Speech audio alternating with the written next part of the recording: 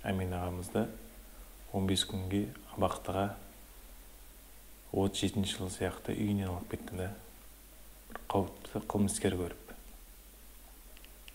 Ұят қой ол дейтін. Осы премияны европейстер берді ағамызға, тектен тек емес. Ассалаумағалейкум, қадірлі қазақ елі. Біздер Жаңаөзен қаласының бір топ белсенділері Маңғыстаулық тәуелсіз кәсіподақ ұйымының кеңесшісі Әмен Елеусіновтің жазықсыз 15 тәулікке қамалуына алаңдаймыз. Жұмысшылардың мұң-мұқтажын құқығын қорғап жүрген азаматтың кінәсіз екеніне кәміл сенеміз. Біздің ата заңымыздың 32-ші бабында тайға таңба басқандай жазылып тұр.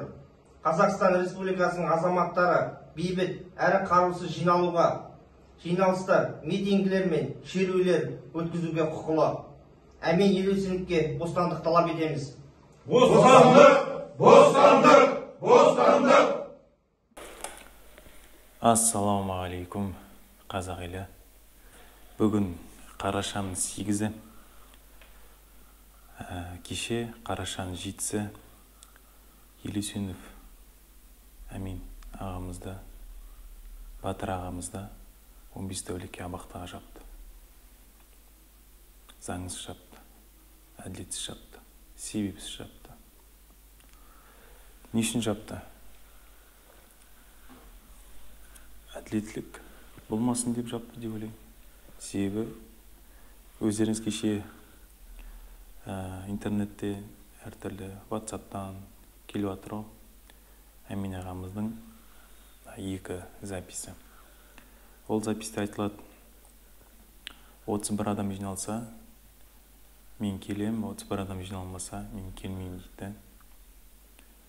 7-сі күні 31 адам акиматтың алдында жиналған жоқ, Әмен аға барған жоқ, бірақ Әмен аға қазіргі таңда абақтыда. Сосын екіншісі сол записте айтылады, мен акиматқа барам дейді. Енді 31 адам жиналмағасын, Әмен аға ол жаққа барған жоқ, сосын акиматқа да барған жоқ та. Бірақ қазіргі таңда Әмен ағамыз абақтыда. Әмен ағамыз абақта қалай түсті? Кеше 7-ші қараша күні Әмен ағамызды үйінен барып алып кеткен, сосын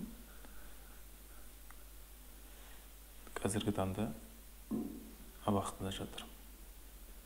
Сол күні хабарды естігеннен кейін Әмен ағаның қолдаушылары бүткіл осы Маңғыстау облысындағы, Ақтау қаласындағы уәкілетті мекемелерге барады.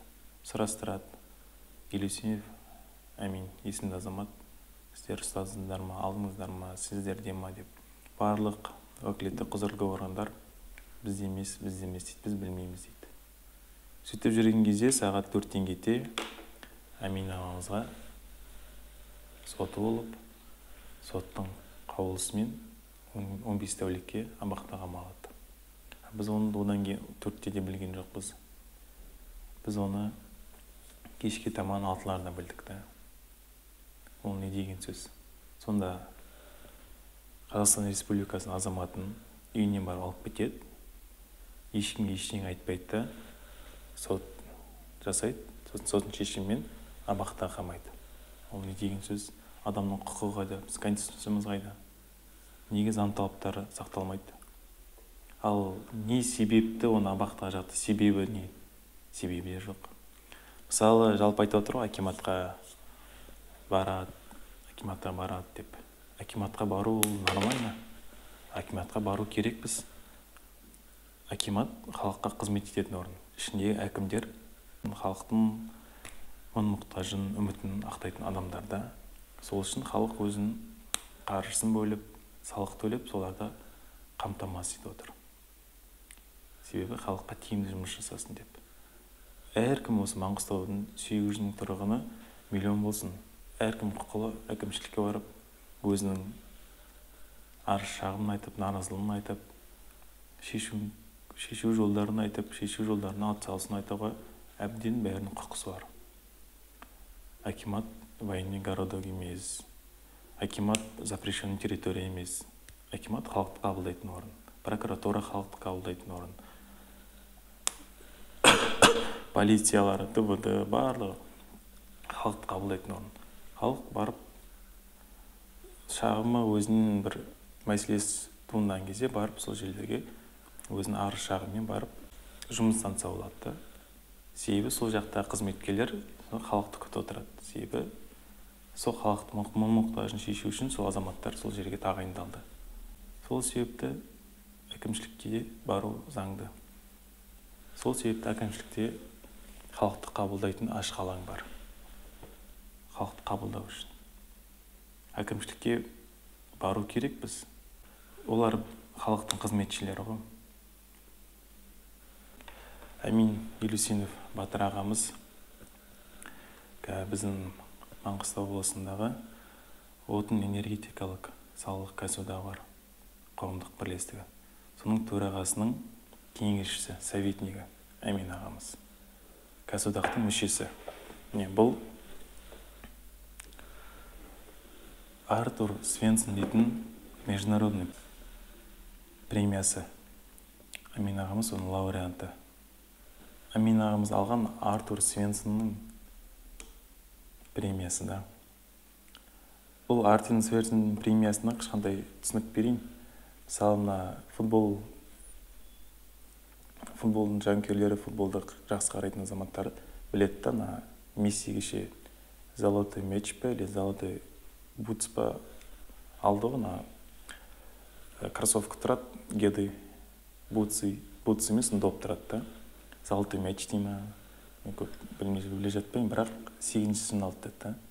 Бірақ ол соншалықты деңгейі жоғарыда, себебі барлық сол жерге соның премияны тамашалауға келген азаматтар, топта жүрген футболистерді соның деңгейіне біліп, топтардың келуіне байланысты соның деңгейін көрсетіп тұрды өзінің. Дәл сол сияқты Нобель сыйлығы бар да, Нобель премиясы бар, Нобелевский премия. Дәл сондай деңгейдегі мынау кәсіподақтардың премиясы. Бүткіл Қазақстан Республикасында жалғыз осы премия жалғыз. Международный премия үлкен, мынаның деңгейі салмағы бар да. Мысалы, Федерация профсоюзов бар Қазақстанның. Ішінде 1,5 миллион сондай мүшесі бар шығар. Может, одан да көп шығар. Может, чуть аз шығар. Көп шығар деп ойлаймын, себебі көп, 1,5 миллионнан да көп шығар, может. Солардың төрағалары бұны алмағанда. Себебі дәл осылай жұмыс жасай беретін болса, олар бұны ала алмайды. Себебі Европада ақтымақтар емес премияны екінің біріне бере алмайтын. Себебі оған дәлел Европа бізден үлгі алмайды. Біз Европадан үлгі алып жүрік та таңғы момент. Ал ата-бабамыз оны айтпай-ақ қойайық. Бәріңізге аян. Қараңдар енді. Осындай премияның лауреаты Әмин Елеусинов ағамыз қазір 15 тәулікке абақта қамалды. Қара. Қазақстан ең көтерген азаматты, әділеттіліктің туын алған азамат. Қазір 15 тәулікке осы Маңғыстаудың бір азаматына қол ұшын тисе де тегін әрекетте жүрген ағамыз қазір 15 тәулікке абақтыда жатыр да. Заңсыз жатыр, әділетсіз жатыр да. Ол да жол абақта бір секунд отыруға да болмайды ол азаматқа. Сол себепті Әмин ағамызды босатылуын талап етем. Сонша деңгейдегі елім жерім жүрген азаматта аятта біздің Маңғыстау облысына сынды осындай алтын ағамыз бар да. Содан үлгі алып, ақыл кеңес сұрап, сабағын алып дегендей бір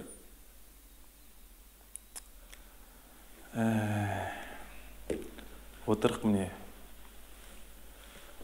абақта қаматырып қойып. Мысалы, пример келтірейін. Мысалы, әділдік үшін шындықты айтам деп кеше аудиозаписінде бар. 550 заңсыз деп айтып отыр ғой енді парламентте Астананың төрінде. Ақиқат болды ғой, заңсыз екен. барлық мекемені ОТК кірген жақсы деп айтып отыр ғой. Ол жерде Әмин аға өзі бір лауазым иесі болып бармайды да. Баратын жұмысшылар ол Маңғыстау тұрғындары да. Мысалы, міне Әмин аға әділеттікті енді ақыл есі дұрыс азамат қой. Жатылмайды енді. Әділетсіздік көргесін әділетті орнатайын деп. Орнатпаса да ақылдасайын деп, может. Әділеттілік үшін деп өзіне жауапкершілік алып шықты да. Сол аудиозапистерді естідіңіз. Сосын түбінде 15 күндікке абақта жатырда қамалып. Ал енді әділеттікті іздеп басқа адамдар шыға ма? Олар да ойланады ғой. Ертең мен шықсам, Әмин ағаның қасыма барам деп. Әділеттік кімге керек деп.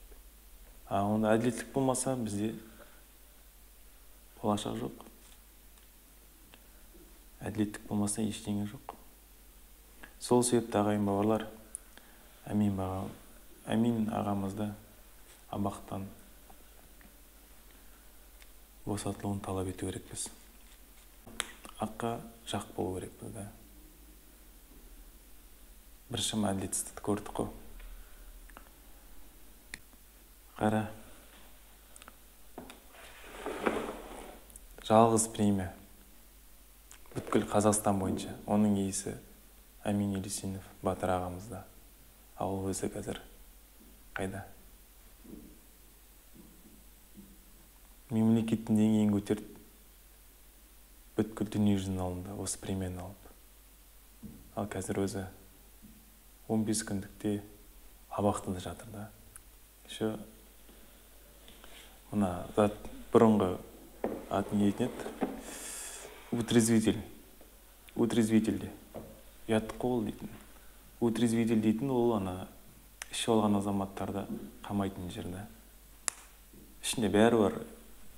Не болып атады, қандай жағдай барлығы сояққа жатады да. Сонда Әмин ағамызға сол орын лайықты ма? Не себепті, қандай, не әрекеттер жасап ол жаққа барды да? Әділеттілік қайда? Қайда қарап отыр? Акиматтағылар қайда қарап отыр? Айтпай ма? Бізге келатқан азамат аудиозаписінде бар. Оны неге полицейскілер алып кетіп, соттап, абақта қамап тастайды? Не себепті? Жақсы, 31 адам жинала қойсыншы. Жақсы, жиналмай-ақ қойсын ешкім. Әмин ағамыз акиматқа барады екен. Барады, әкіммен сөйлесем деді. Сол әкім айтпай ма екен, маған келе жатқан Әмин Елеусіновті неге полицейскілер алып, абақта 15 күндікке қамап тастадыңдар деп. Бұл жерде заң қайда деп, неге сүйіне қамап тастадыңдар деп. Сұрақ көп, жауап жоқ. Себебі әділдік жоқ. Сол әділдікті қалыптастыру үшін осындай азаматтарымызды абақта қаматтырмау керек. Себебі әділдікті істеп жүрген азаматтар көбейген сайын біздің деңгейіміз өседі. Мысалы, кеше айтып отыр ғой, газ рыночный ценада нарық бағасынан төмен деңгейде сатылып жатыр дейді. Ертең газдың бағасын көтереміз дейді. Ал неге айтпайды? Сол газды табатын азаматтардың айлықта жалақы, айлық ақылары рыночный емес екен. Неге айтпайды оны? Неге рыночный айлық төлемейтін осы мұнай саласындағы мұнайшыларға? Шетелде минимально 10 мың доллар алып жатыр да. Біздің жұмысшылар алсын 4 миллион, 5 миллион қай-қайсысы. Пожалуйста, болсын рыночный ценада газдың бағасы. Ал газдың бағасын рыночный қылғымыз келеді, бірақ сол газды өндіріп беретін, соны тауып шығарып беретін жұмыстың бағасын рыночный қылғымыз келмейді. Ол әділетсіздік қой. Себебі не үшін әділетсіздік болады? Себебі әділдікті іздейтін азаматтар абақтыда жатқасын әділетсіздік болады постоянно. Біздің ата-бабамыз әділ болды, сол себепті бақуатты болды. Тоқал бәйбіше дейтін болды. Тектен-тек тоқал бәйбішені ешкім алмайтын еді, байлықтың арқасында алды. Біздің ата бабамыз әділ болды, бай болды, батыр болды. Ал кеше қамап тастаған Әмен ағамыз кімдер? Инопланетяндар емес, шетелдіктер емес. Өзіміздің қара қазағымыз. Ұят емес пе қазақтар?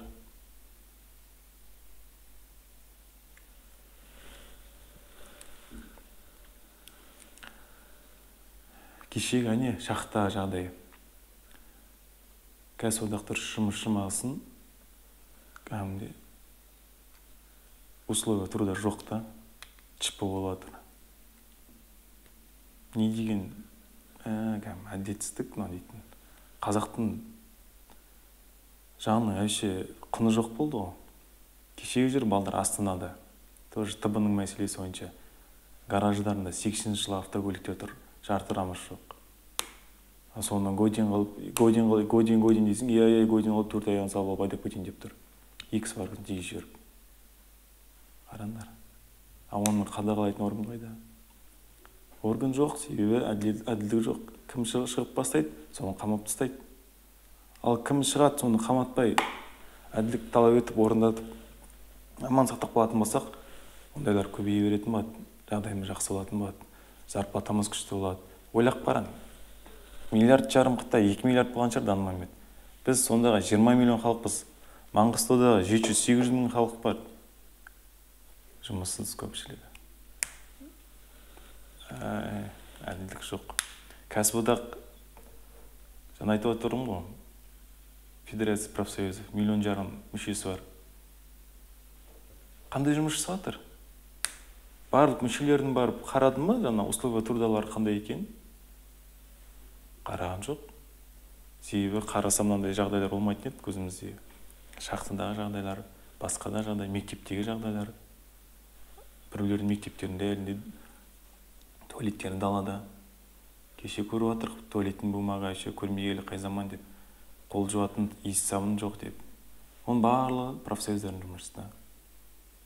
Профсоюзымыз тәуелсіз болса, ол жұмысшының құқықтарын талап етеді заң аясында. Заңдық кәдімгідей. Тек заңның аясында, заңнан артық оңға солға еш жаққа шыға алмайды. Себебі барлығы заң шеңберінде әрекеттің бәрі. Неге Европа мықты дейміз? Неге Америка мықты дейміз? Себебі ол жақта әділдік бар. Заң талаптары сақталады. А бізде білесіз ғой не үшін сақталмайтын? Жаңа айтып өткендей, әділдік жоқ. Қалай кереміз? Сол ағайын бауырлар. Әмен ағамызда абақта жаты лайықты емес. Соны бүгін шығару алымызға ат салсайық. Әркім өзінен кейінде заң аясында әрекет етсін. Бүгін Әмен аға, ертең біз не басқа біреу болады да. Сол ағайын бауырлар, Әмен ағамызға бостандық талап етейік. Дұрыс адамдар абақта жатпасын. Сосын Кәсіподақ үлкен саналатын ұйымда айтып отырды, Кәсіподақ деп. Мысалы қараңдар, ең үлкен партия Аманат партиясы да. Бұрында миллион еді, қазір түсіп қалған шығар численісті. Ал Кәсіподақта жаңа айтып отқан Федерация профсоюзов 1,5 миллион мүшесі бар да. 1,5 миллион ойлап қараңдар. Егер де сол төрағалары тәуелсіз болса, ешкімге бағынбайтын, тек өзімен, заңмен жұмысшының құқығын қорғайтын болса, бізде көптеген социальный вопростар шешіледі. Ол вопростар шеше алатын, кез келген политиктер болсын, депутаттар болсын, ол мәселеге кіре алмайды. Любой депутатын әкеліп бер, ана мәжілісте отқа. Түсінбейді Кәсіподақ, ұжымдық шарттар, еңбек кодексін былай түсіну мүмкін, бірақ қалай орындалатынын, не істеу керектігін түсінбейді, себебі ол оның саласы емес та. Сол себепті егер де мемлекетіміз Кәсіподақтарға бір бізде заңдарымыз бар, жақсы емес, жаман емес енді. Бұрынғымен қарағанда жаман, бірақ тәуірлері бар да, бірақ оны біз ұсыну арқылы бізді әлі менсінбей жатыр да. Не үшін менсінбей жатыр? Себебі жаңа айтқандай құзырлы органдар, уәкілетті органдар тәуелсіз емес та. Сондай сұрақтарға келіп қалған кезде. Сол себепті еліміздің деңгейі жақсы болсын десек, тәуелсіз кәсіпорындар көп болсын. Тәуелсіз кәсіпорындар көп болса, деңгейіміз әлеуметтік, халықтың әлеуметтік деңгейі біршама жақсарады. Содан кейін жаңа депутаттар, әкімдер дейтін партиялар көбісі білмейді кәсіподақтың пайдасын. Ойлайды, біздің зарплатамыз Қытай болу сол норма деп та. Ал тәуелсіз кәсіподақ болса айтып береді, норма емес екен. Себебі соны кезінде осы премияның иесі дәлелдеп берді ОКК мекемесінде. Айлықтарын бір орында тұрмайтын. Сол себепті 2018 жылы курорт қырықпайды. Ал сол кезде курортқа жермегенде қазіргі таңда деңгейіміз, жағдайымыз басқаша болатын еді. Енді тағдыр оған көнеміз. Болашақ бар, болашақ жастарда үмітте. Болашақтан үміт, болашақ жастарда. Қазір біз, өз деңгейімді айтайын, 10 жас былай, 10 жас былай болсын. Біздің әрекетімізге байланысты біздің үйдегі бала-шағамыз нәтижесін көреді. Біз дұрыс жолда әрекеттенсек, балдарымыз болашағына сенімі болады. Ал біз әділетсіз болсақ, балдарымыздың болашағымызы бұлыңғыр болады. Маңғыстау халқы бұл батыр Әмин Елеусінов ағамызды бостандық талап етейік. Ол біздің бостандық талап етпеу бізге сын болып келеді. Қорықпайық, қорыққаннан пайда жоқ. Себебі біздің әрекетіміз заң аясында. Тек заң аясында. Бұл азаматты заң аясында емес 15 тәулікке абақты қамап тастаған. Бірақ судың да сұрауы бар. Әркім өз деңгейінде өз ісіне жауап береді.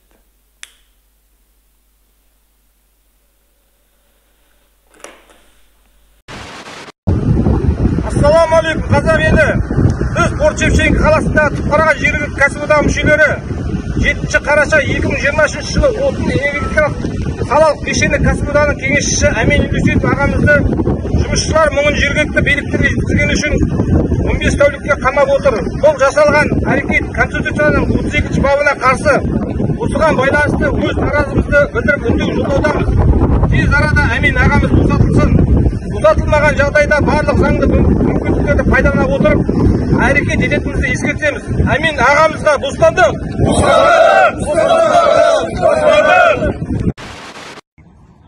Ассалаумағалейкум, қазақ елі.